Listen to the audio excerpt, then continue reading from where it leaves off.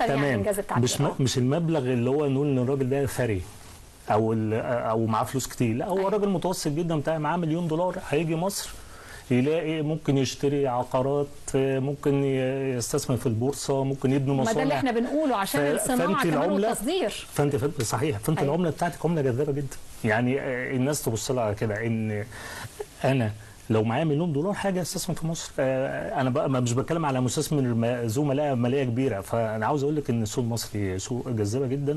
أيوة. وسوق عادي جدا، وعدد السكان يا فندم ده يعني مؤشر مهم جدا. يعني الناس غافله الموضوع ده، لا عدد السكان معلش عدد السكان ده احنا دايما بنقول عدد السكان دي ده سلب مش ايجاب، اللي هي الكثافه السكانيه. هو دايما المستثمر بيقول لك السوق ده انا هبيع قد ايه؟ عاوز اقول لحضرتك حاجه، معظم الشركات العالميه اللي موجوده في مصر اعلى ايرادات محققه في الاسواق اللي هي شغاله فيها في مصر.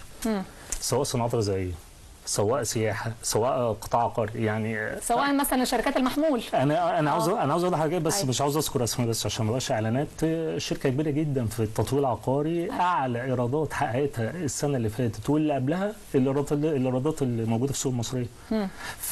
فانا عايز اقول، بس انا مش عايز اربط ده بالكثافه السكانيه. الكثافه السكانيه ممكن في بعض المشروعات الثانيه زي ما حضرتك بتقول، ولكنها لها سلبياتها اكتر من ايجابياتها للاسف يعني. صحيح. الا لو كانت الكثافه دي منتجه. صحيح. ده اللي احنا بقى بنحاول سياده الرئيس بيحاول يحققه. $1,000,000. بس انا قصدي يا فندم ان انت كمصر كسوق، مصر سوق كبير جدا. أيوة. وكمان ده في نقطه مهمه جدا، ان انت اصلا احنا ما بنتكلمش على الكثافه السكانيه في مصر بس، لا ده انت عندك اتفاقات تجاريه موقعه مع العديد من دول العالم. يعني انت اتفاقات الكوميسا، اتفاقات الافريقيه، اتفاقيه التجاره الحره العربيه الكبرى، اتفاقات مع امريكا، اتفاقات مع الشراكه المصريه الاوروبيه. من خلالها انا لو مستثمر، حضرتك بتتكلم عن تصدير، انا ومستثمر هاجي هنا حتى لو انا مش هحدي المنتج بتاعي للسوق المصري، انا استفيد من الاتفاقات دي ان انا اصدر. بالظبط، خاصه لافريقيا مثلا او كده، يعني مصر دلوقتي بقى ليها